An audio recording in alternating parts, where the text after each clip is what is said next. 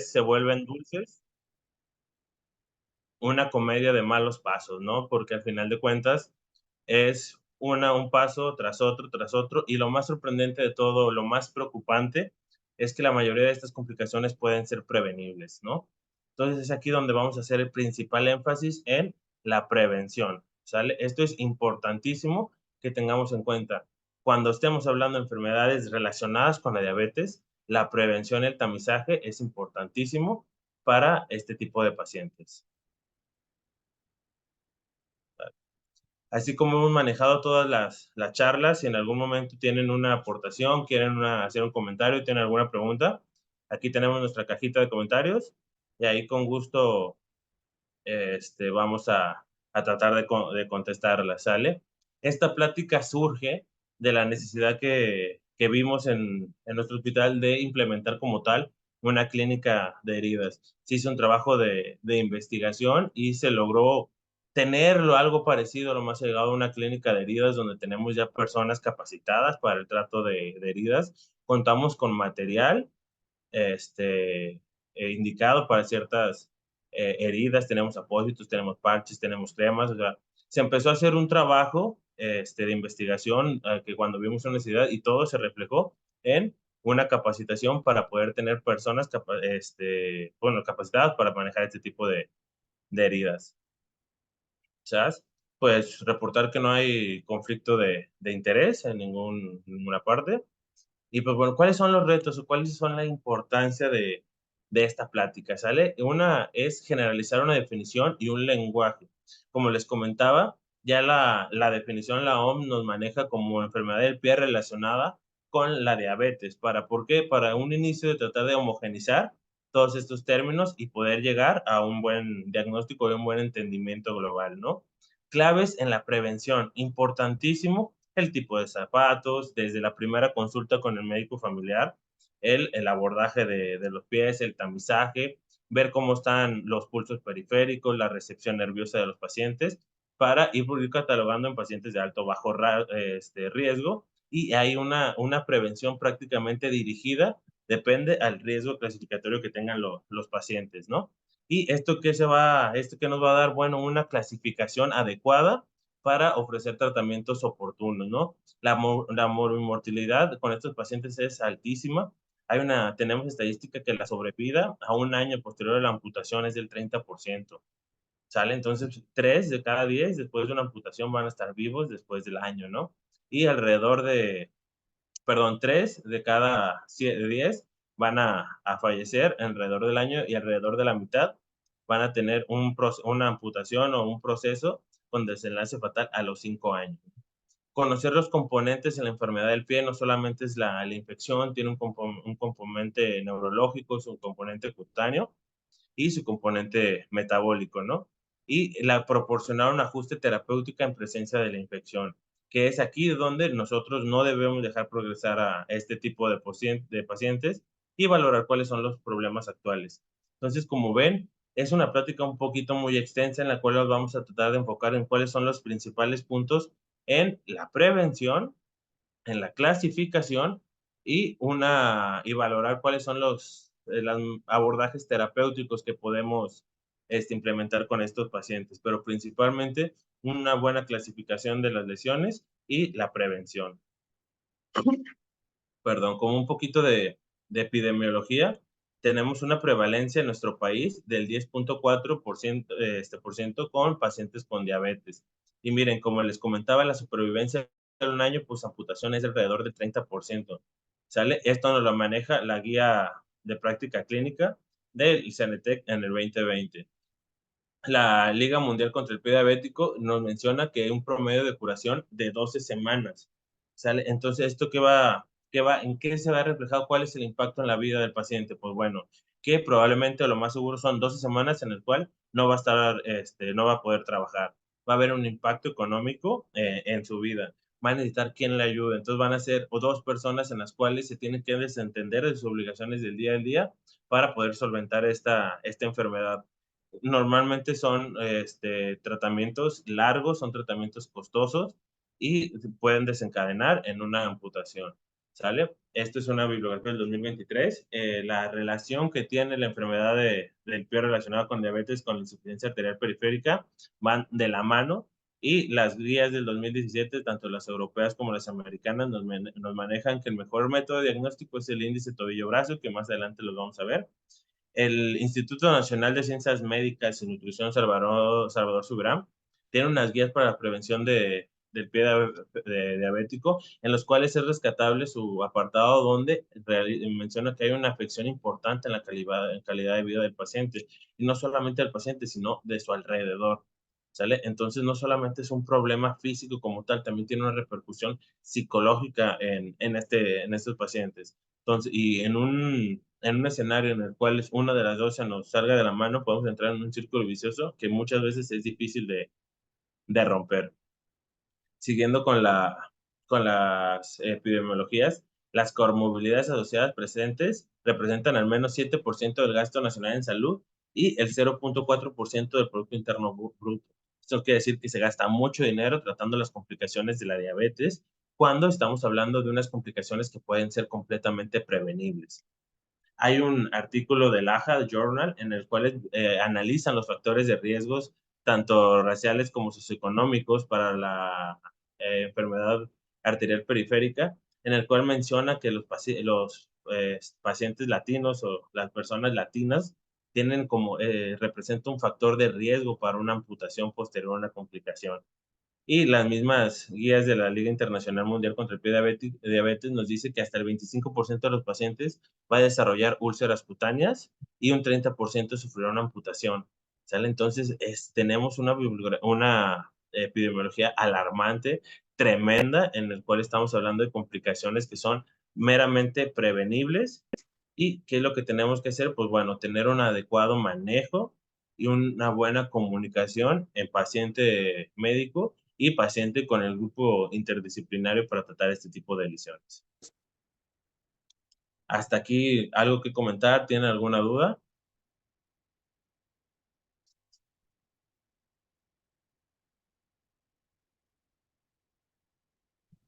Ninguna.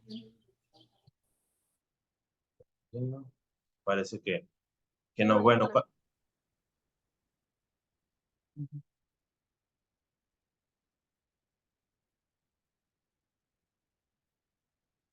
va que va.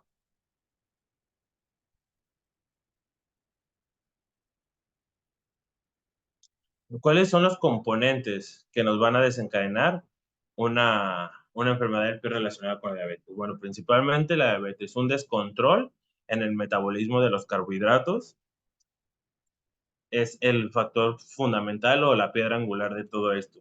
Esto por un inadecuado tratamiento o metabolismo de los carbohidratos, pues va a empezar a haber un cúmulo de colesterol en el endotelio y vamos a tener la ateropatía, que esto al final de cuentas vamos a tener como una insuficiencia arterial periférica por la disminución de los flujos sanguíneos a los capilares de los dedos de los pies. Sale también la glucolización de las proteínas por el aumento de glucosa en sangre, nos va a provocar una neuropatía. ¿Y esto en qué se va a ver reflejado? Pues bueno, vamos a tener una insensibilidad al olor, vamos a tener una disminución de la sudoración, la propriocepción se va a perder y va a haber esos mecanismos de defensa que tiene el pie, en el cual se van a ir perdiendo por esto y se hace más susceptible a estas lesiones. Y la piel o, en su caso, el callo. ¿Cuántos pacientes no hemos visto que sabemos que son diabéticos, son hipertensos, usan un inadecuado calzado y vemos que tiene un callo en el talón de los pies o vemos que tiene muy maltratados sus pies? Son pacientes potencialmente complicables.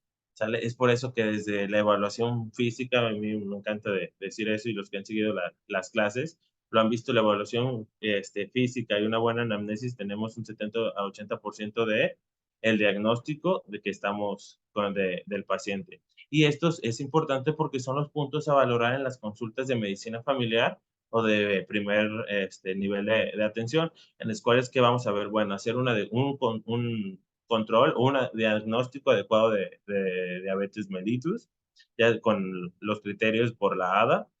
Posteriormente, en las consultas tenemos que valorar los pulsos periféricos, tenemos que valorar la neuropatía, ya sea con las pruebas que ahorita las vamos a ver, y valorar la piel.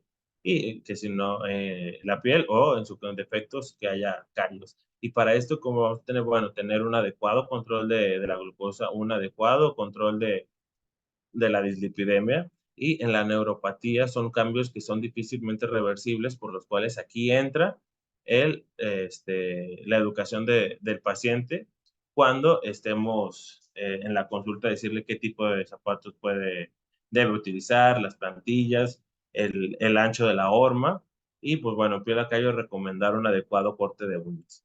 Ahorita lo vamos a ir viendo. Esfuerzos en la prevención de las úlceras. Bueno, primeramente el paciente, identificar a los pacientes de riesgo.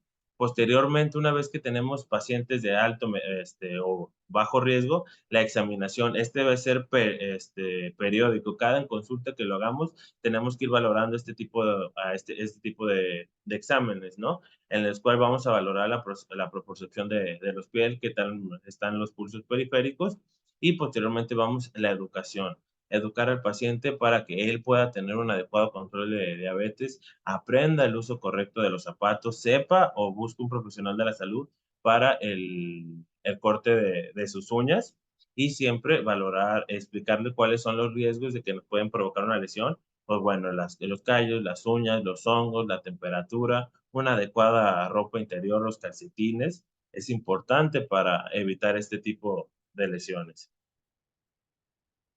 Y este es el sistema de estratificación de riesgo, ¿sale? Lo vamos a clasificar en 0, 1, 2 o 3, muy bajo, bajo, moderado, alto. Y las características de estas es la clínica que presenta el paciente, una pérdida de los sistemas de protección nerviosos de la piel o una enfermedad arterial periférica. Si nuestro paciente no tiene ninguna de estas a nuestra valoración física, pues bueno, la frecuencia lo vamos a repetir de manera anual. Paciente bajo, ya sea que tiene una pérdida de la protección o una enfermedad arterial periférica, no, en la prueba del diapasón está disminuida, no siente, no detecta cuando estamos picando con roma o con un objeto puntiagudo en la palma de los pies, pues bueno, una de las dos lo vamos a catalogar como riesgo bajo y semestral. El riesgo moderado es que tengan las dos, las pérdidas de la sensibilidad protectora y la enfermedad arterial periférica, y aparte ya tengamos una deformidad del pie. Esto se hace de manera trimestral, y pues un riesgo de úlcera alto es cuando tenemos una úlcera previa, una amputación, pacientes con enfermedad renal crónica, y la frecuencia debe ser mensual. Ya pacientes que presentan una úlcera, pues bueno, ¿no?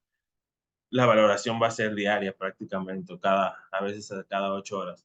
Evaluación de los pies en riesgos. Tenemos que valorar los puntos de presión que tiene el pie y enseñar al paciente cuáles son los puntos de mayor carga de peso que va a tener nuestros pies, que van a ser los puntos que mayor van a estar riesgosos a la lesión, ¿no? Que cuáles van a ser, pues bueno, el punto de apoyo del dedo gordo, la base de los dedos y el talón.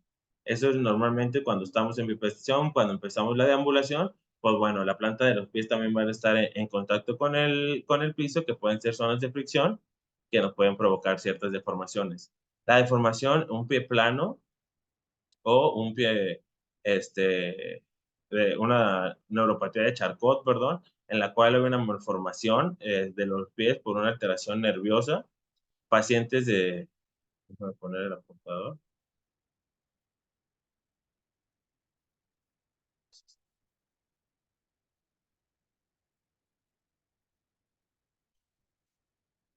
Pacientes con algún tipo de artritis o una deformación por el calzado.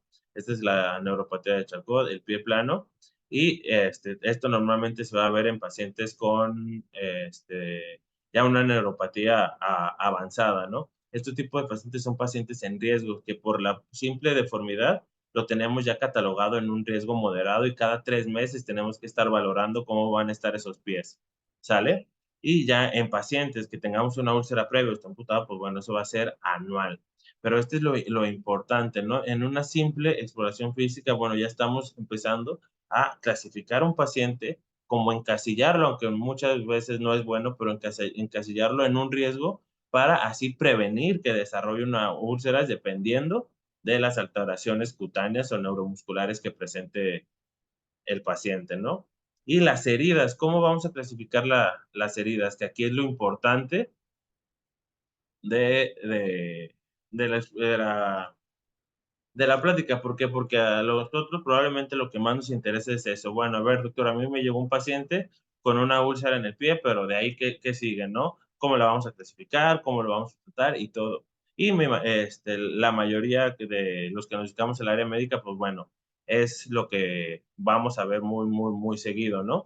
Ahorita, antes de empezar a hablar de las heridas y de la clasificación de las heridas, pues bueno, vemos que somos bastantes participantes. Me gustaría saber de qué área de la salud nos son o forman parte y cuál fue la motivación para meterse a ver esta clase, ¿no?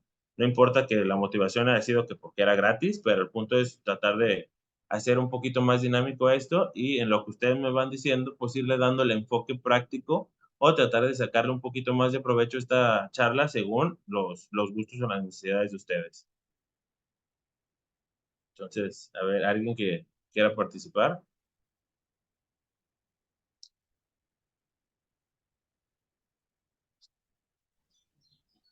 Bueno, buenas tardes, ¿sí me escucha? Sí, sí, lo escucho. Mi nombre es Israel Jonathan Santamaría Vera, soy técnico en la atención médica prehospitalaria. Mi motivación aquí es porque nosotros entramos a las comunidades, estamos en el estado de Hidalgo, entramos a parte de la sierra Ujú.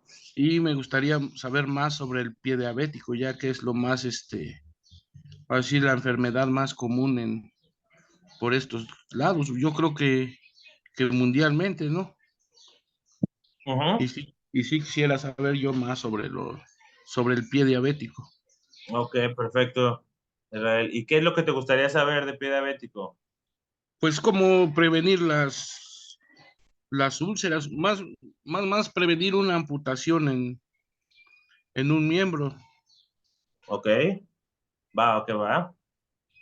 Muchas gracias, Israel. Ahorita vamos a ir a adelantar la clase y eso está un poquito más adelante. Ahorita nos vamos a regresar un poquito más para ver lo de la prevención y vamos viendo. Sí, gracias. De nada, Israel, gracias a ti. Bueno, también, Fisioterapia en heridas. Pues bueno, ya la terapia en heridas, estamos hablando de un tratamiento exitoso en el cual la herida ya tuvo un adecuado desarrollo, pero que en este caso, pues bueno, no es el punto de la plática, pero sí ahorita lo tratamos de mencionar.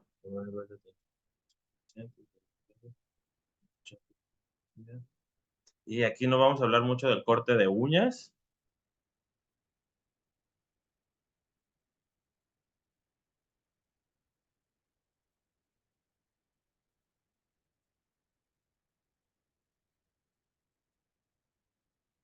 Va. Bueno, veo que somos muchos los los profesionales de la salud. Vemos que son muchos médicos familiares o personal que atiende en primer contacto. Eso me da mucho gusto porque aquí podemos ir encaminando al paciente, ¿no? ¿Cuál es la importancia del paciente o nosotros como en contacto? ¿Cómo empezar el tratamiento, el diagnóstico de estos pacientes con la misma visualización? Con los mismos ojos al ver el paciente que entra a nuestro consultorio, ya sea estamos hablando médico familiar, médico de primer contacto, enfermera de primer contacto, bueno, o sea, ver los pies de los pacientes y prácticamente nos vamos a dar cuenta de un paciente que tiene una adecuada salud de los pies o no. Y también sabemos o estamos conscientes de qué paciente a simple vista lo podemos catalogar así como un paciente que sí le tengo que prestar un poquito más de atención a la salud de sus pies que a otro tipo de pacientes, ¿no?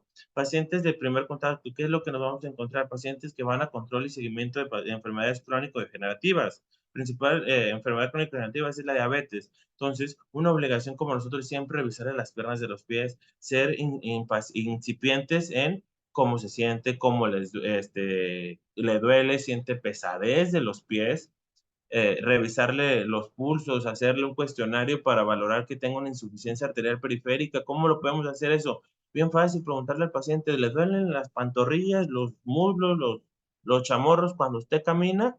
No, pues que sí. Entonces es un dato de alarma que debemos saber. Estamos hablando de un paciente que tiene algún grado de insuficiencia arterial periférica solamente con esa pregunta. La siguiente pregunta que tenemos que hacerle es, ¿cuándo le duele? ¿Cuando camina 200 metros o 2 cuadras?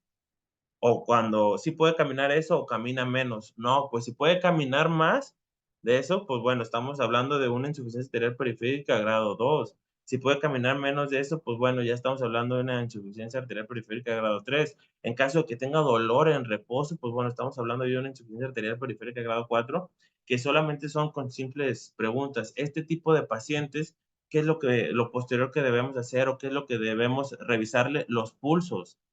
Ver los pulsos, ¿dónde lo vamos a hacer? El pulso pedio, ¿sale? Con los 2 dedos de la mano en la base del pie, ahí los vamos a poder, a valorarlo.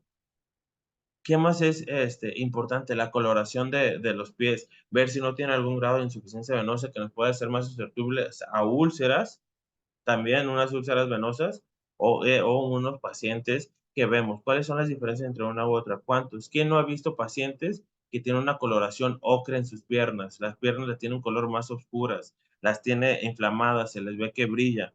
O quién no ha visto pacientes que tiene las piernas secas, que se le ven hasta escamosas, que ya no tienen vello en los pies. Eso son datos que nosotros debemos de valorar con, con nuestros pacientes en la primera consulta. Hasta cuando estemos platicando con ellos en la sala de espera, tenemos chance de ver eso. En las consultas de angiología, lo primero que le hacemos es voltear a ver las piernas, porque viendo cómo están las piernas nos podemos dar una idea de cómo está de manera sistémica integrar el paciente. Imagínense, si tenemos una insuficiencia arterial periférica, ¿cómo vamos a tener la arteriopatía coronaria? ¿Sale? Entonces las piernas al final de cuentas pues son muy reveladoras en cuestión médica, ¿no? Entonces siempre hay que ver eso, hay que ver eso. Después ver cómo están los pies, pacientes que vemos con los pies engarruñados, pacientes que los vemos con algún grado de deformidad, pues bueno, a prestarle un poquito de atención a estas cosas. ¿Quién no ha visto pies así? ¿Quién no ha visto pies así? ¿Quién no conocemos a alguien que tiene pie plano? ¿Cuál es el problema con el pie plano? Pues bueno, que hay más superficie expuesta a la presión y a la carga de peso, a diferencia de la pisada normal, como es aquí. Una neuropatía de Charcot es más común de lo que creemos. Pacientes con artritis reumatoide. Siempre hemos visto la señora de 60, 70 años que vaya solita con su bordona a surtir el medicamento y le vemos los guaraches. Importantísimo, el corte de uñas y el tipo de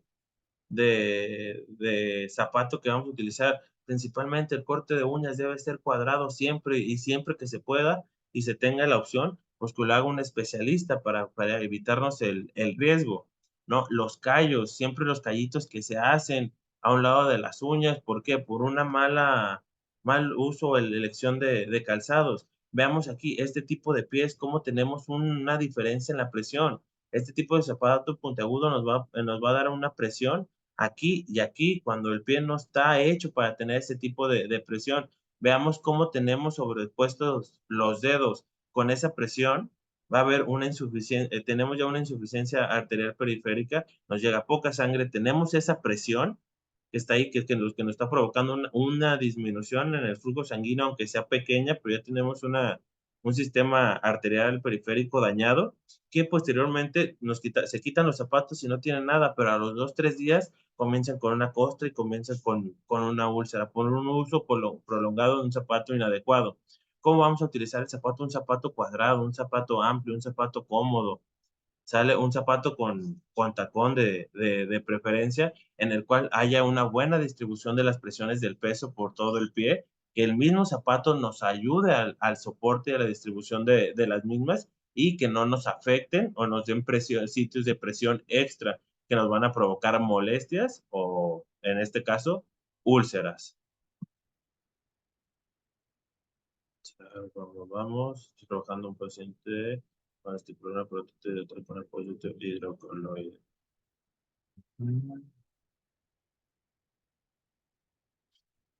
¿Qué más es enfermedad del tema interesante?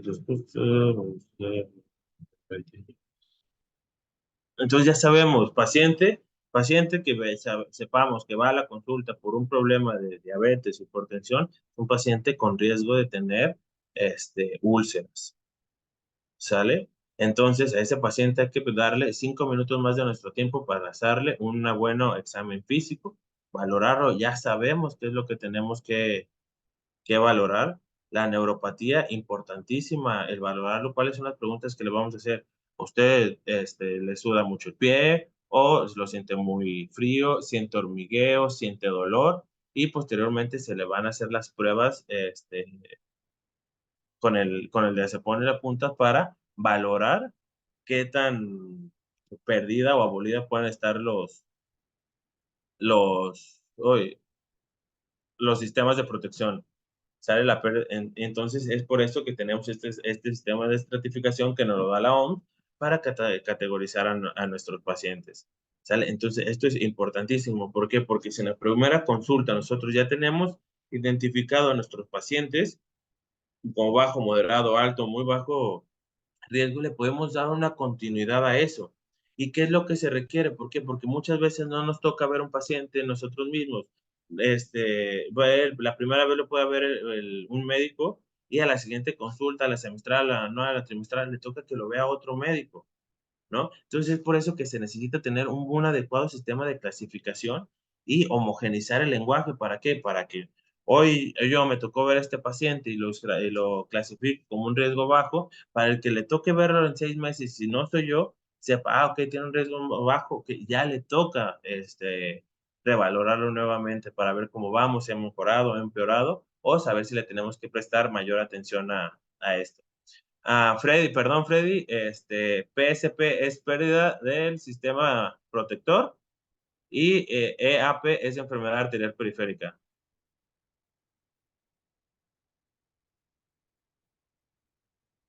De nada. ¿Sale? Entonces ya en riesgo alto, pues bueno, úlcera previa, amputación y enfermedad renal crónica. Los pacientes con enfermedad renal crónica normalmente son pacientes desnutridos, son pacientes con un bajo nivel de proteínas, bajo nivel de albúmina, con una disminución del tejido graso, que son más susceptibles a ese tipo de lesión, y por un catabolismo normal que ellos tienen por su enfermedad, pues bueno, eso provoca que haya una dificultad en la cicatrización. Y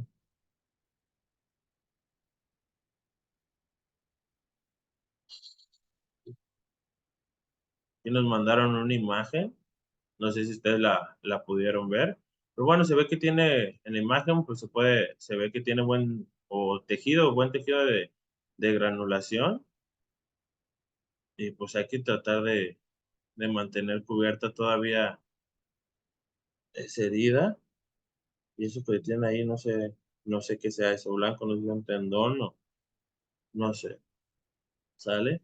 Hola, buenas tardes. Mi nombre es Laura Soto. Yo mandé la imagen. Hola, Efectivamente, Laura. es el tendón. Ujú. Tengo a ese paciente, es un paciente diabético, ya con una amputación previa de hace como unos 10 años. La verdad es que es un paciente que no se cuida porque ya ahorita viendo el riesgo, él estaría en alto riesgo porque tuvo la úlcera, tiene de hecho una en el talón del mismo pie, ¿Sí? pero lo que estoy usando con él es un apósito hidrocoloide para pues tratar de hidratar el tendón. La única circunstancia es que ya se detuvo la granulación, o sea, ya no sé cómo más tratarlo para que termine de recubrirse bien su tendoncito y pues ahora sí ya no tener el riesgo de deshidratación Sí, así con como ese se tendón. ve la imagen, Laura, pues bueno, se puede ver que no hay suficiente, o sea, no tiene un buen tejido periférico, y pues ahí va, y sí, va a tardar muchísimo porque se ve que es un poquito extensa. Para que cicatrice eso, pues, no, ya hay unos parches, pero pues bueno, el punto es que tenemos el tendón expuesto. Yo en lo personal primero pedir una valoración por cirugía plástica, para ver la valoración de qué tan factible es que se le pueda, si ya no hay datos de infección, se le pueda rotar un colgajo por el riesgo de la deshidratación del mismo tendón. aunque bueno, también valorar la movilidad que pueda llegar a tener el paciente todavía y pues bueno, valorar la calidad de vida o el riesgo-beneficio de pues bueno, perder este tendón o la movilidad de cierta movilidad que nos pueda afectar, pero pues una mejoría en la cicatrización, que eso sí nos pone un poquito más en riesgo la vida que solamente el tendón. ¿Sale? Siempre esto es importante para que vean, esto lo hice para que vean lo importante que debe ser la imagen que me mandaron, me gustó, pero era para que vieran a veces lo difícil que puede ser y lo fácil a la vez de poder clasificar e identificar pacientes de riesgo. Sale aquí como lo comentan, sí, vamos a continuar y al final vamos a darle otra pausita, ¿no? Porque ya nos regresamos un poquito, mucho. Vamos con la clasificación de heridas.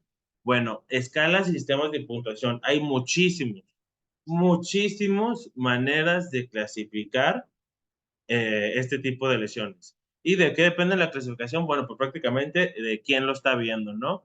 Pues tenemos la clasificación de Simbad, ahorita la van a ver, la de Wi-Fi, que normalmente esa está realizada por angiólogos o cirujanos vasculares. Tenemos la ITSA o la Liga Mundial contra el Pie Diabético, tenemos la Universidad de Texas, tenemos la Sanelian, tenemos la PEDIS.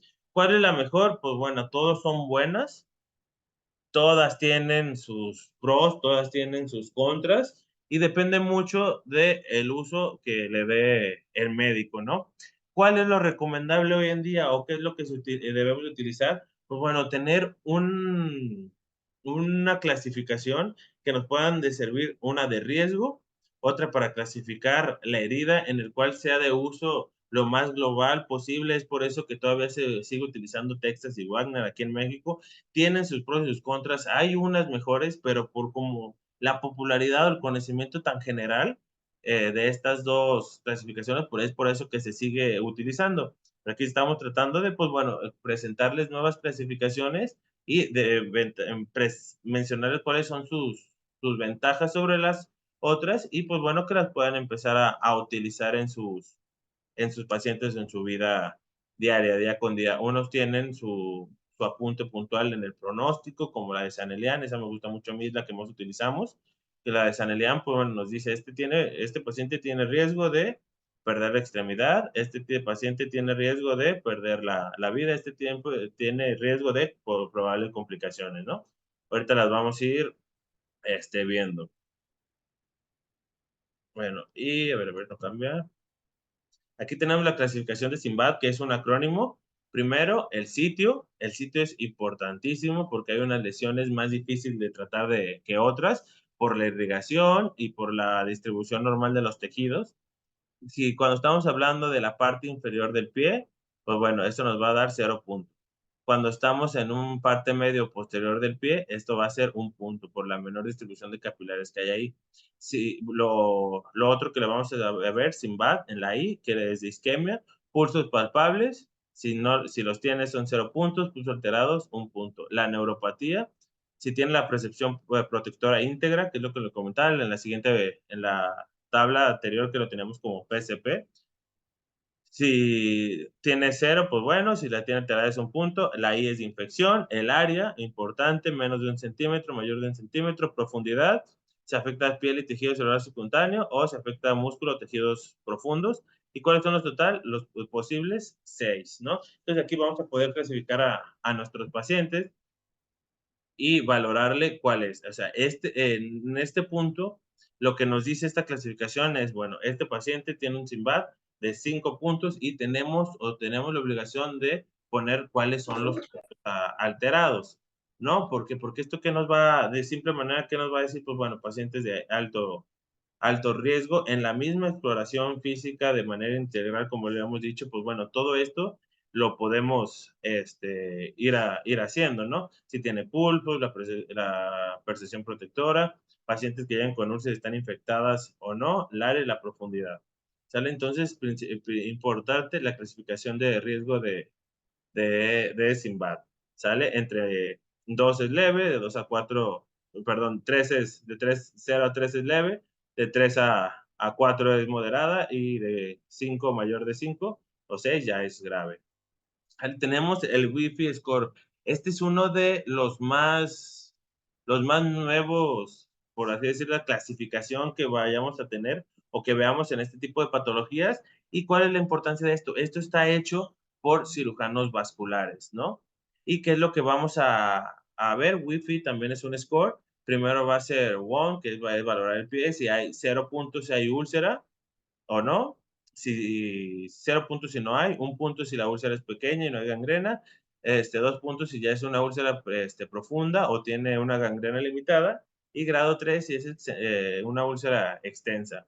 La isquema, la presión índice tobillo, como se los comentábamos, perdón, esta es la presión de oxígeno. ¿Sale? Si tenemos una presión de oxígeno mayor de 60, pues bueno, eso está bien. Un punto es mayor de entre 40 y 59, 2 puntos de 30 a 39 y 3 menor de 30. Y la infección del pie, si no está infectada, si hay una medio, moderado, si hay una celulitis menor de 2 centímetros, moderado mayor de 2 centímetros, y severa, si ya tenemos una respuesta inflamatoria sistémica o sepsis. Y lo tenemos aquí manejado con una escala como de semáforo, en el cual aquí tenemos la isquemia, aquí tenemos la isquemia y aquí tenemos la herida, ¿no? Y esto es lo que nos va a decir qué tan riesgo o no está, qué tan alto o no es el riesgo de este tipo de pacientes. El índice tobillo-brazo se toma la presión del tobillo, se toma la presión del índice y se hace una división. Normalmente es muy doloroso para los pacientes porque la presión ¿cómo se llama? Del manguito puede ser difícil, pero pues bueno, se realiza el índice, ya hay calculadoras para sacarlo, y pues bueno, lo normal es que esté de 1 a 1.4. Si está mayor de 1.4, pues bueno, eso ya es elevado, o que los vasos no están comprensibles, son vasos calcificados, y de ahí se empieza de menos de 0.9 es anormal, de 4 a 9 hay una disminución moderada, y menor de 4, pues ya es una disminución severa. Esto normalmente es una de las pruebas rutinarias que se realizan durante la consulta de angiología. Y aquí continuando tenemos la herida, aquí vamos a ver el riesgo, ¿no? Pacientes con 0 puntos en isquemia y 0 puntos en herida, pues bueno, vemos que tiene un riesgo muy, muy bajo, ¿no? Y de igual de esta manera, probabilidad estimada de beneficio, y esto es importante. ¿Cuál es el punto o el enfoque de esta clasificación? ¿Cómo se va a beneficiar el paciente de una revascularización? ¿Sale? Ya hay estudios en los cuales la vascularidad o la insuficiencia arterial periférica es uno de los puntos importantes que se pueden modificar de alguna manera para tener un éxito en este tipo de pacientes. Pacientes con muy mala vascularidad son pacientes que muy difícil van a poder responder o van a tardar mucho tiempo en una adecuada cicatrización. Entonces, ¿cuál es el punto? ¿Cuál es el punto de que nos deriven pacientes a angiología o cirugía vascular? Esto, captar pacientes que son candidatos a revascularización para eliminar de la ecuación la enfermedad arterial periférica y así disminuir el riesgo de presentar este tipo de lesiones. O sea, entonces, es por eso que tenemos que valorar el riesgo estimado de amputación por esta escala, ¿no? Y en estos mismos nos sirve, esto es para valorar el riesgo de amputación, y esto es lo que nos va a valorar cómo se va a beneficiar el paciente para tener de una revascularización. Bueno, supongamos que tenemos un paciente con isquemia, le damos 0 puntos, que es en este cuadro. La herida es una herida pequeña, no engranada, está aquí, pero pues sabemos que está ahí, infectada, ¿no? Entonces, bueno, si está infectada, es una infección severa, pues bueno, el riesgo de amputación es un riesgo moderado que daría en esta parte, ¿no? Esta es esta manera en la que se utiliza en esta escala. Y de igual manera se utiliza para valorar un riesgo de la vascularización. O igual, tenemos un paciente con isquemia, tenemos un paciente, no sé, el mismo paciente con una úlcera pequeña que esté infectada, pues bueno, sabemos que es un paciente que sí se va a beneficiar de la revascularización. Y aquí tenemos,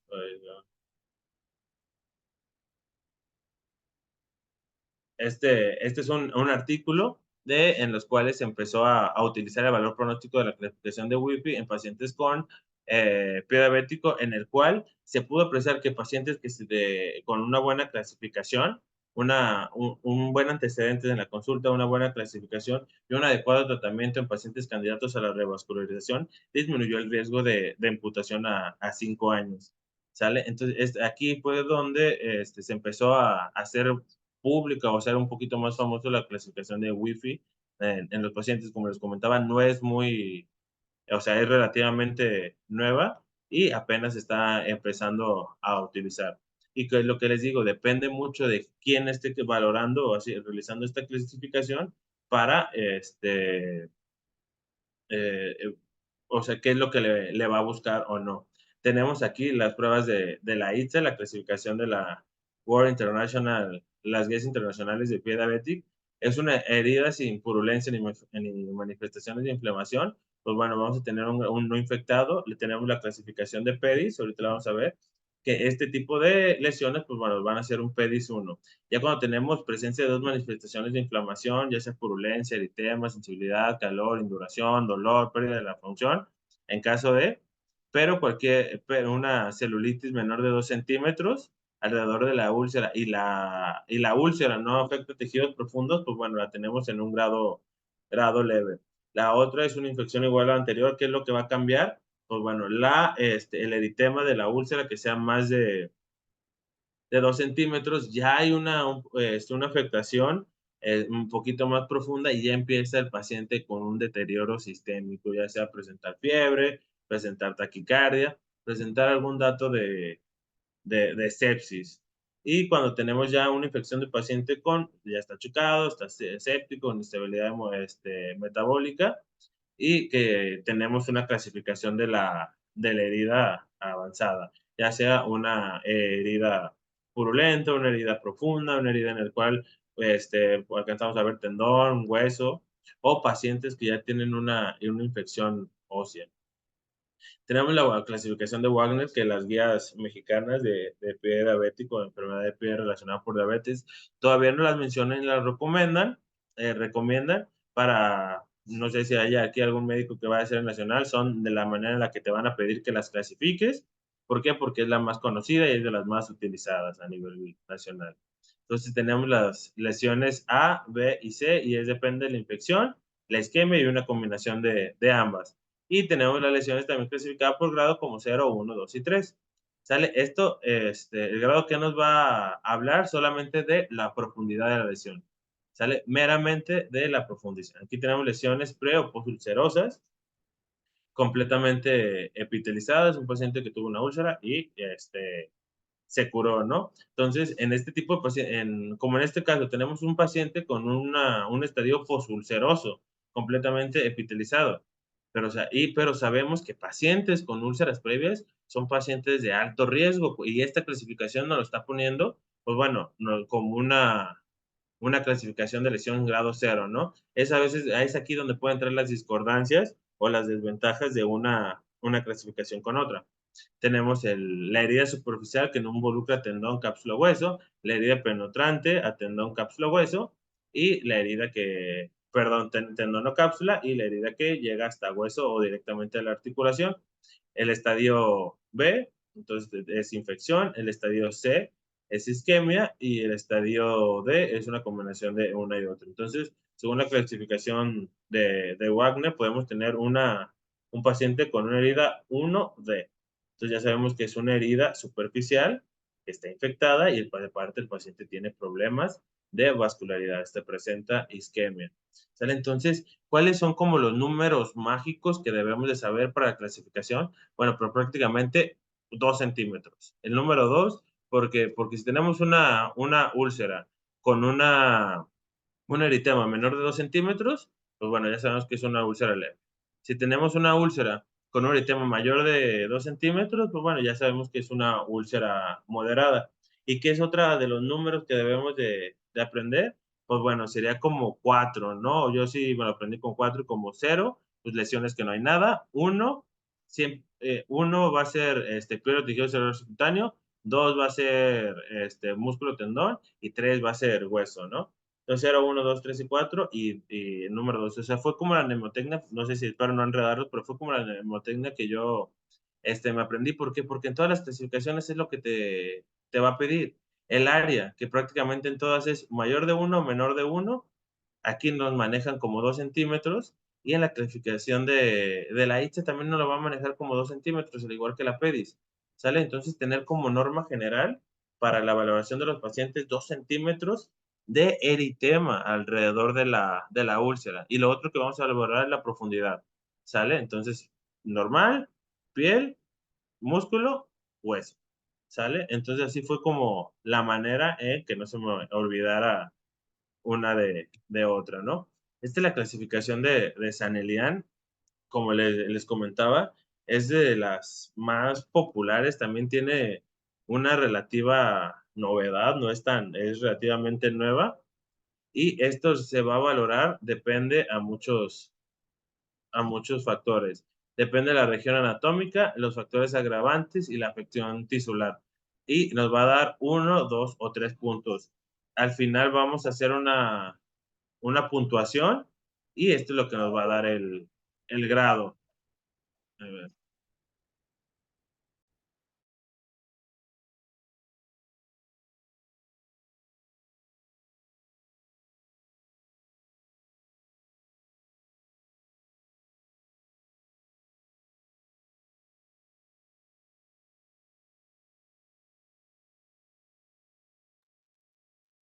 Perdón. A ver. A ver. Entonces, la localización. Ver, primero, si está en los dedos, pues imagínense, en el pie, si están en los dedos, si están en el metatarso o si es tarsal, ¿no? Eso es lo que vamos a valorar en esta clasificación. Los aspectos topográficos. Bueno, esto está en qué altura, ¿no? Aquí o aquí, imaginemos el pie. Aquí. Después, ¿en qué parte? Aspecto topográfico, si es dorsal, si es plantar, si es lateral o dos o más, ¿no? Y esto nos va a dar otra puntuación. Y las zonas afectadas, ya sea una, dos o tres. Hay pacientes que pueden tener una afectación, una úlcera en un dedo y en otro dedo, en un dedo en el talón, un dedo o perimalleolar. Entonces, esto es lo que vamos a valorar, ¿no? Y esto nos va a puntuar. Después tenemos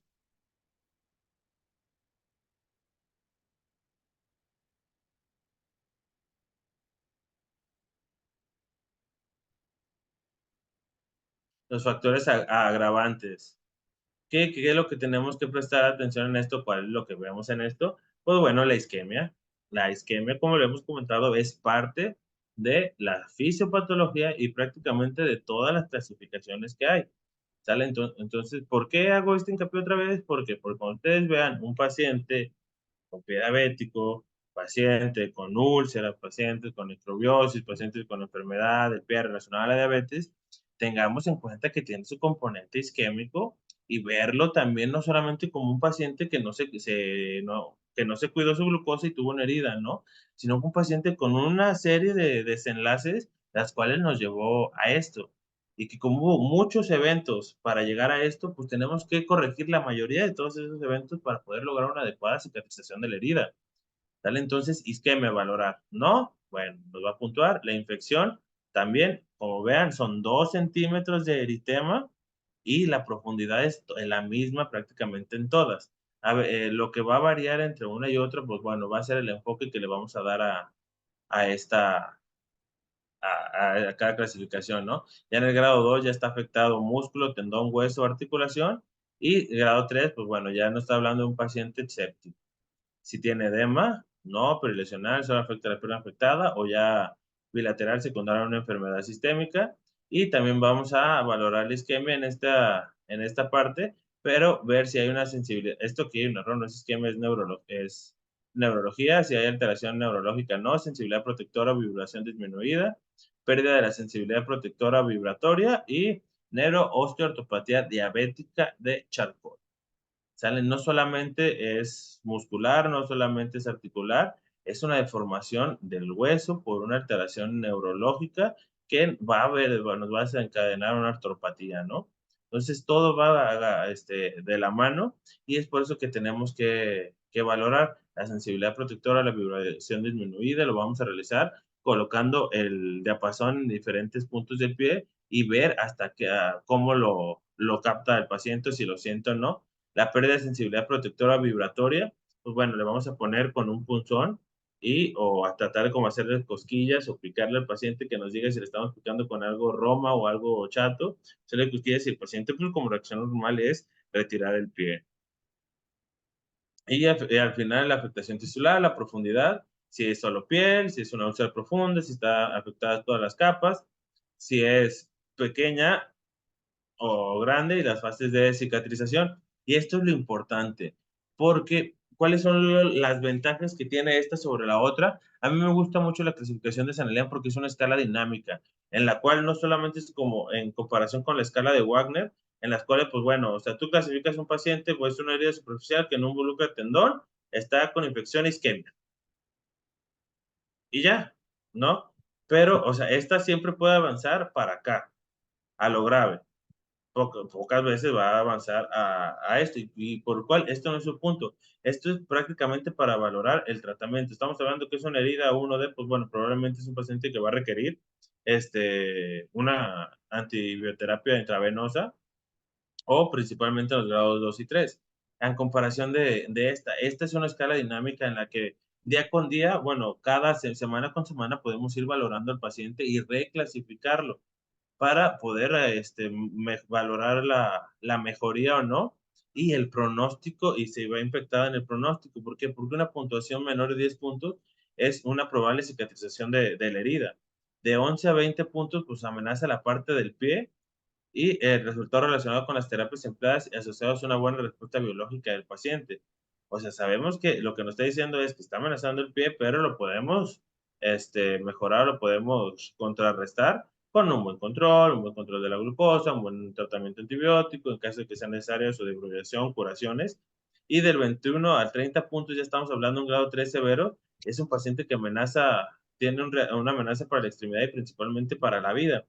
Yo a lo que he visto, no, mi experiencia, pues bueno, mucha no es, pero yo lo que he visto es que muchos de los pacientes de 11 a 20, si no se cuidan, son los que más principalmente les vamos a tener que poner atención. Obviamente los 21 a 30 son pacientes en los cuales los debemos tener en terapia, los tenemos que pasar a amputar y debemos de tener atención, pero en estos son los cuales podemos prevenir, en los cuales podemos retrasar un poquito el desarrollo de la enfermedad. Todavía podemos prevenir una amputación, podemos prevenir muchas cosas en este grado y es por eso que me gusta de que es dinámica, porque bueno, le ponemos principal atención a estos y hacemos un esfuerzo un poquito más para poder salvaguardar la extremidad.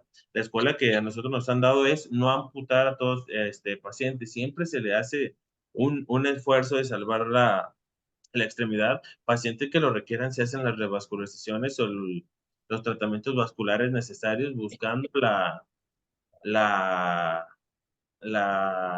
salvar la extremidad, ¿no? Entonces, este es el punto de esto. Si hay algo que llevarnos, pues bueno, no les pido que se las aprendan de memoria, porque sinceramente ni yo me las sé. Cada vez que hay que clasificar a un paciente, la saco toda, pero que es saber que la conocen, saber que existen. Principalmente esta, en la cual nos vamos a poder ver si un paciente es un paciente con riesgo o no, ¿sale? Y esta, aunque sea de las más antiguas, la debemos saber porque es la que más utilizada en México y esa como obligación son las que debemos de conocer y manejar. Ya como plus, para echarle crema a nuestros tacos y sentirnos un poquito que hicimos algo por el paciente o estamos contribuyendo, pues bueno, la clasificación de San Elian y si se puede darle un PEDIS, ¿no?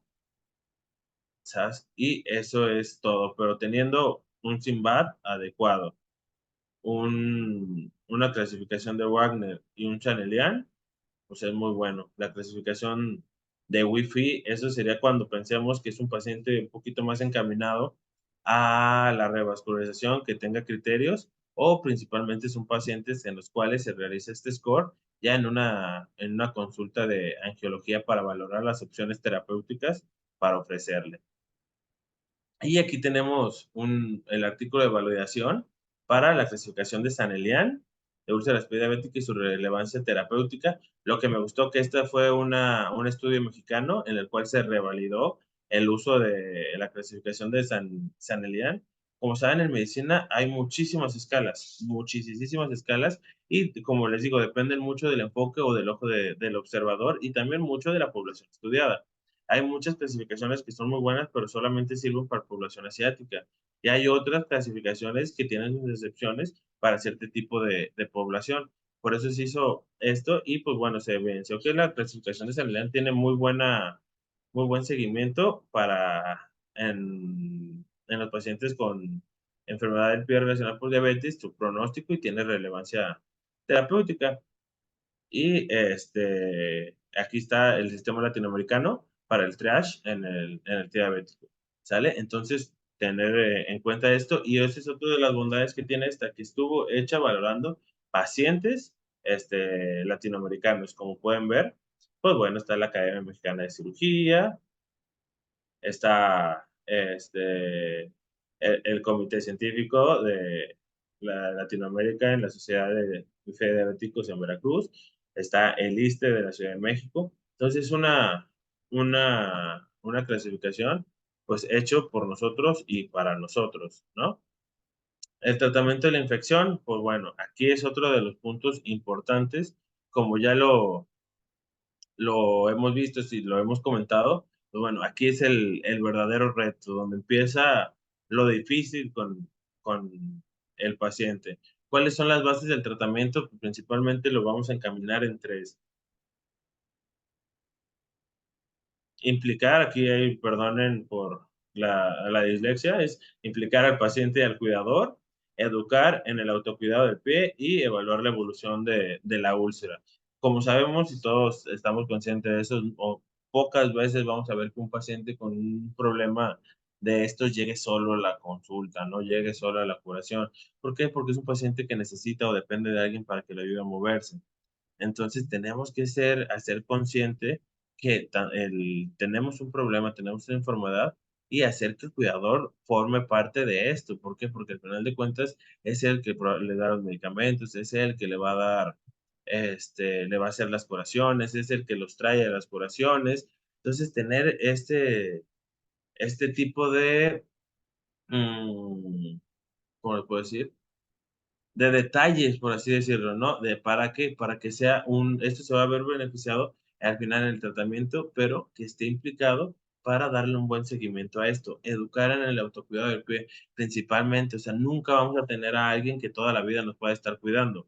Pero nosotros como profesionales de la salud debemos de recomendarle a los pacientes ciertos cambios de hábitos cuando los veamos que es necesario o ciertas sugerencias o actividades para mejorar ciertos aspectos de la vida. En estos casos, la salud del pie, la higiene venosa y la salud arterial periférica es importantísimo. ¿Sale? Entonces, este es uno de los puntos que tenemos que valorar en este tipo de pacientes. Y pues bueno, ya cuando tengamos una úlcera, pues bueno, ir valorando su evolución.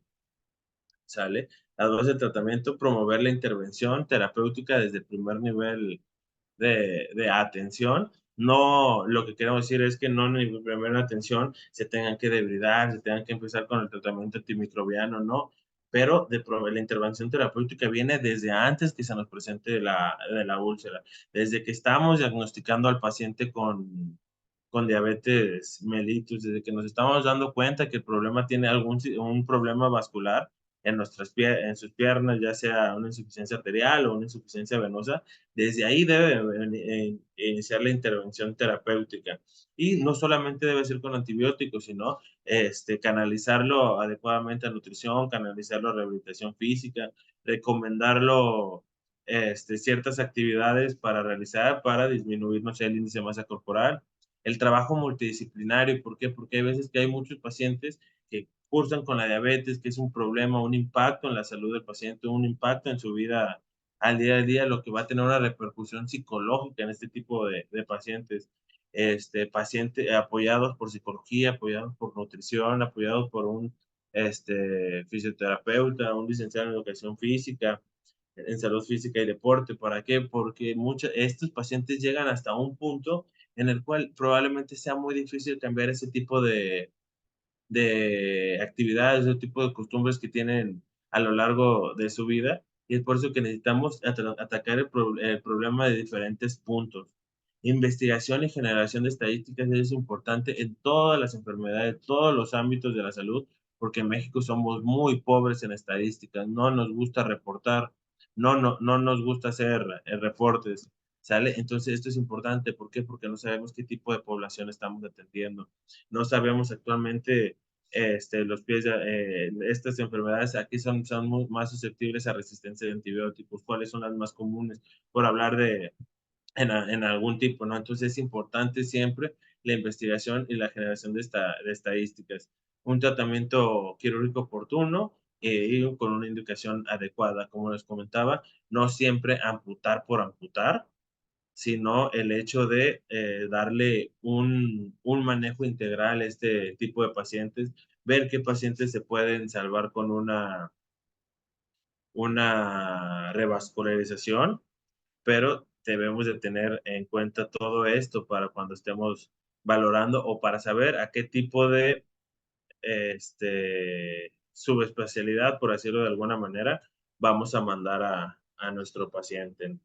Y la infección de las úlceras, pues bueno, ver los datos agudos de infección o identificar los datos de sepsis. Son muchos los pacientes que llegan a urgencia, chocados, hipotensos, datos de bajo gasto, como le quieran decir ustedes, por una infección de tejidos blandos, te las pasan así, te piden valoración, vas, los ves, valoras que es una úlcera de gran tamaño, huele feo, revisas los pulsos, tomas la radiografía para ver si tiene aire o no. Entonces ahí tú te das cuenta si es datos agudos o no, y qué tan séptico o qué inestable puede estar el paciente. El cultivo principalmente, y es recomendable y es necesario para darle un adecuado tratamiento al paciente, un paciente dirigido por antibióticos. Descartar osteomelitis, esto como les comentaba, nos lo va a apoyar con una radiografía y los reactantes de fase aguda. Ya un paciente con osteomelitis es muy difícil salvar esa extremidad. Normalmente ya cuando encontramos datos de osteomelitis, pues bueno, lo que sigue ahí sí sería en su caso una amputación cuando no haya de otra, ¿no? Y los antibióticos se recomienda 2 semanas de manera intravenosa y de 2 a 3 semanas de manera oral, ¿sale? Pero darle un seguimiento, darle una continuidad a esto y posterior de terminar el tratamiento antibiótico, pues realizar un cultivo para ver que nos hayamos eliminado de la infección de manera completa. ¿Y cuáles son los problemas actuales que tenemos? Pues bueno, y duele mucho, pero pues es la realidad, es que estamos en un tercer mundo en el cual tenemos muy poca la cultura del autocuidado. Somos un país con un alto índice de diabetes mellitus, somos uno de los pacientes con el primer lugar en obesidad, sobrepeso, entonces esto pues nos va encaminando a un aumento de riesgo a padecer este tipo de problemas solamente por ser mexicanos o vivir en Latinoamérica, ¿no? La poca información científica relevante en cuestión de esto, hay muy poca información por el hecho de que no se realiza aquí en nuestro país, pues no se realiza una buena reporte de los casos y la poca información científica relevante a nivel nacional, a nivel mundial, lo que está pasando, lo que nos comentan las guías es por una falta en un lenguaje uniforme para poder identificar o clasificar este tipo de lesiones. Porque, ¿qué es lo que pasa? Se ponen a analizar los diferentes o los miles de artículos que podemos tener, pero pues un artículo, el 30% del artículo está clasificado con la clasificación de Wagner, el otro 20% tiene la clasificación de Texas, el otro no está clasificado, uno lo tiene como pie diabético, otro con infección de tejidos blandos. Entonces no tenemos una uniformidad de criterios. Y es por eso que es por eso que es difícil la información científica relevante para este tipo de enfermedades. La falta de homogeneización en términos, como les comentamos, esto nos va a provocar los estudios de calidad y la variabilidad de pacientes. ¿A qué se refiere esto? Pues bueno, ¿dónde son los pacientes, los países donde se realiza más investigación? Pues bueno, van a ser países europeos, Estados Unidos, bueno, países europeos. ¿Y qué es lo que va a provocar? Pues bueno, que las guías o la mayoría de la información nueva que se tiene está enfocada en los estudios que se realizó en países europeos, en otro tipo de población. Sale que probablemente no puede ser aplicada en una población asiática, en una población latinoamericana, en una población árabe, ¿por qué? Porque somos diferentes. Tenemos desde diferentes dietas, diferentes hábitos, diferentes tipos de clasificación de heridas, entonces a veces es muy difícil el tener una información relevante, ¿no? Y esto es lo que, uno de los problemas a los que nos enfrentamos hoy en día, pero ¿qué es lo que estamos haciendo? Pues empezando desde las bases, con un adecuado nombre del paciente, no es solamente llamarlo de pie diabético, sino ya como una enfermedad del pie relacionada con diabetes, una clasificación, una determinación de los factores de riesgo desde la primera consulta, una estratificación del riesgo para poderle llevar un adecuado control a nuestro paciente y posteriormente cuando se presenta la úlcera ya tenemos cómo clasificarlas para que al final empezamos a tener una homogeneización de términos, hay información científica relevante, estudios de calidad y todo esto se va a ver reflejado al final de cuentas en la mortalidad de nuestros pacientes, la disminución de los días de estancia hospitalaria, el dolor, que es principalmente lo que le tienen miedo a los pacientes, y como un bien común la disminución de los costos tratando este tipo de patología. ¿Sale? Ya como para cerrar, para no ser tan alargada esta clase, como conclusiones, es repetible, se lo repito, es un escenario completamente prevenible y como se los digo, los pacientes tienen que llegar a las consultas de angiología. ¿Por qué? Porque son pacientes candidatos a revascularización, son pacientes que no lo estamos mandando porque tienen una úlcera. Nosotros tenemos la obligación de valorar a nuestros pacientes y estratificarlos en la primera consulta que veamos. Como ya se los comentamos ahorita, ya lo platicamos ahorita, es muy fácil de saber si un paciente es de alto, bajo, mediano, muy alto riesgo o no. Simplemente pues, saber en qué consulta estamos, ¿no? Consulta de seguimiento crónico degenerativas, diabetes, no sé. Es importante que sepamos eso. El éxito de la intervención requiere un completo entendimiento de la patogénesis de las lesiones de la piel relacionadas con diabetes. ¿Por qué? Porque no solamente es la glucosa, tenemos que valorar también el colesterol, tenemos que valorar también la función renal del paciente, tenemos que ver cómo está el estatus neurológico de las extremidades, también tenemos que ver cómo está la piel. Entonces, ahí estamos involucrando 4 o 5 sistemas que están involucrando en el desarrollo de esta enfermedad. Es por eso que no debemos decir, ok, diabético es una necrosis, no, sino darle la importancia que requiere y la prevención. No dejemos de ir a nuestros abuelitos, a nuestros viejitos que vamos a la consulta, que van por su metformina, sino revisarles antes los pies. Y más si vemos que llegan con guaraches, que tienen una uña de este tamaño, ¿sale? Entonces, eso es lo que tenemos que hacer. Es de ahí donde empieza la prevención y es ahí donde empieza el tratamiento de este tipo de patologías, desde que nosotros detectamos pacientes con riesgo. ¿Sale? Un manejo multidisciplinario puede lograr salvaguardar la extremidad. Por supuesto que sí, cuando se tiene un buen cirujano angiólogo con un adecuado equipo de medicina interna en el cual nos ayudan con la cuestión metabólica, nos ayudan con la evaluación preoperatoria, nos ayudan a optimizar el estado físico del paciente previo a la cirugía.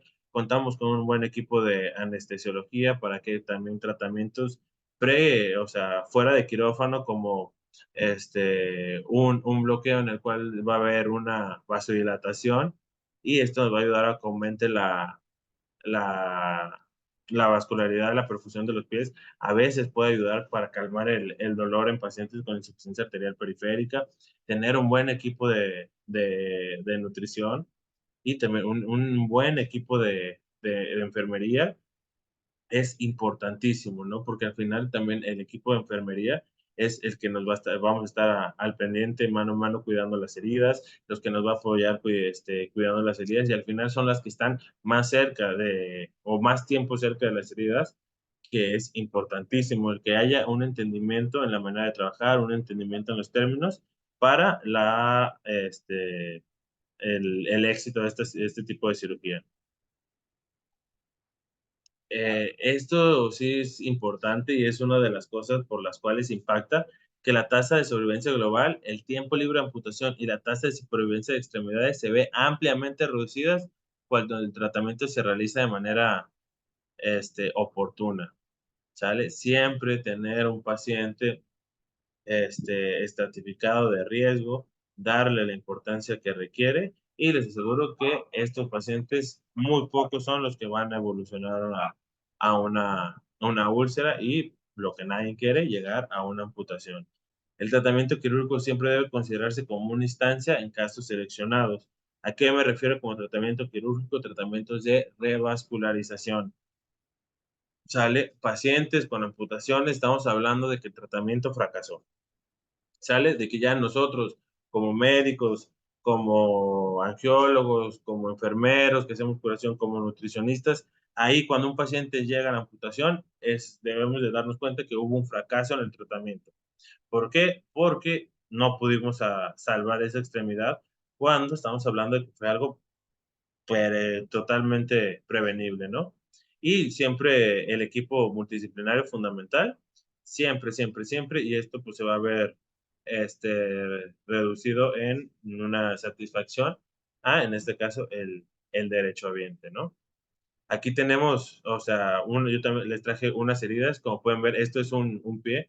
Aquí el paciente parecía que tenía una adecuada evolución. Como podemos ver, se ve que tiene un buen tejido de granulación. Ya estaban aquí tapándose parte de los ligamentos, pero empieza a supurar por abajo, ¿no? Y tenía posterior y vuelve a ir a urgencias con nosotros, tenía un absceso en esta parte en el cual tuvimos que abrir, tuvimos que debridar y al final se optó por abrir la piel para un adecuado drenaje y dejar un cierre por segunda intención. Pero esta imagen me gustaba mucho porque yo decía, qué chingón, el paciente le está yendo bien, ¿no? No se veía inflamado, no se veía bien, no se veía infectado, no le dolía, tenía un buen tejido de granulación en esta parte. Y de una semana a otra nos llegó con esto, ¿no? Entonces es por eso que no podemos encasillar solamente un paciente en un grado, esto debe ser de manera dinámica. Cada consulta estarle revisando, porque son pacientes que van a evolucionar muy rápido a una complicación. ¿Sale, vale? Aquí esto es algo también de lo que nunca queremos llegar. Cuando vemos esto, estamos hablando de que una parte o un proceso terapéutico fracasó. ¿Sale? El muñón de un paciente cuando se realiza la amputación. Aquí podemos ver, esto es más encaminado a una insuficiencia arterial periférica. Como podemos ver, no vemos una extremidad seca, una extremidad que empieza desde la punta y que va avanzando y que o sea, no está infectada, no hay salida de pus, no hay salida de secreciones. Esto es algo meramente por una insuficiencia arterial periférica. Esto se nos puede complicar con una infección y después darnos todo el espectro que es un pie diabético. Claro, claro que sí. Lo que nosotros normalmente hacemos con este tipo de pacientes, bueno, pues antiagregantes, dar cilostazol y dejar que la necrosis se delimite. Porque si queremos cortar aquí, vemos el dedo negro y hay que cortar aquí, pues bueno, estamos provocando más daño al pie, sabemos que no tiene buena vascularidad, le vamos a causar inflamación, y esto le va a provocar que aumente la necesidad de oxígeno y no, como no hay una adecuada intercambio de oxígeno por una insuficiencia arterial periférica, pues lo que va a provocar es que aumente la necrosis, ¿no? Entonces dejamos que se establezca la necrosis, que se delimite bien, delimitar tejido sano y a partir de ahí empezar a trabajar para poder delimitar la lesión. Aquí tenemos un paciente que tuvo una quemadura, también era diabético y fue un show el poder lograr que se cerrara esta herida.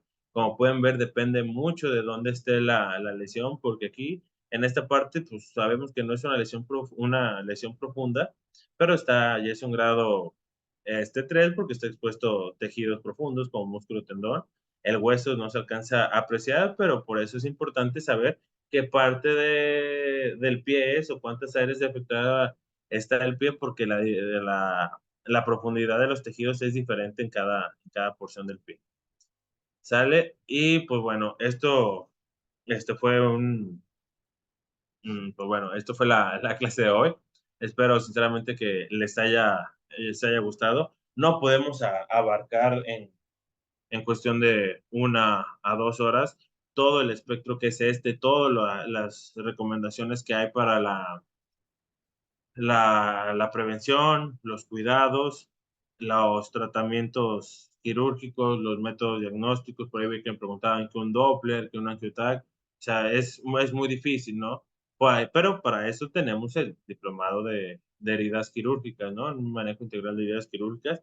El punto de esto, ¿qué es lo que yo quiero que ustedes se lleven a casa y empiecen a implementar? O que digan, esta hora y media que estuve escuchando a este doctor me sirvió para que darle la importancia necesaria a la prevención, pero aparte de eso ya sé qué es lo que le tengo que cuidar al paciente, ya sé cuáles son los puntos que tengo que ver para empezar a las intervenciones con el paciente. Ya no sé, yo médico de primer contacto, médico de urgencias, ok, me llegó un paciente con una enfermedad del pie relacionada con diabetes, ok, ya sé cómo lo voy a clasificar, ¿no? Ya después lo que le hagan, pues bueno, eso ya fue, pero yo lo clasifiqué bien, yo le di el enfoque adecuado y el paciente evolucionó de esta manera, ¿no? O compañero enfermero, de igual manera, usted desde un principio puede ver qué tipo de paciente es, usted puede ver cómo tiene los pies, usted es más fácil acercarse a preguntar o decirle, mire doctor, ya le vio las piernas. Entonces, o sea, esto es un trabajo entre todos para tratar de salvar los mayores piecitos que podamos, ¿no? Y pues ahora sí, no sé si tengan dudas, preguntas, algún comentario.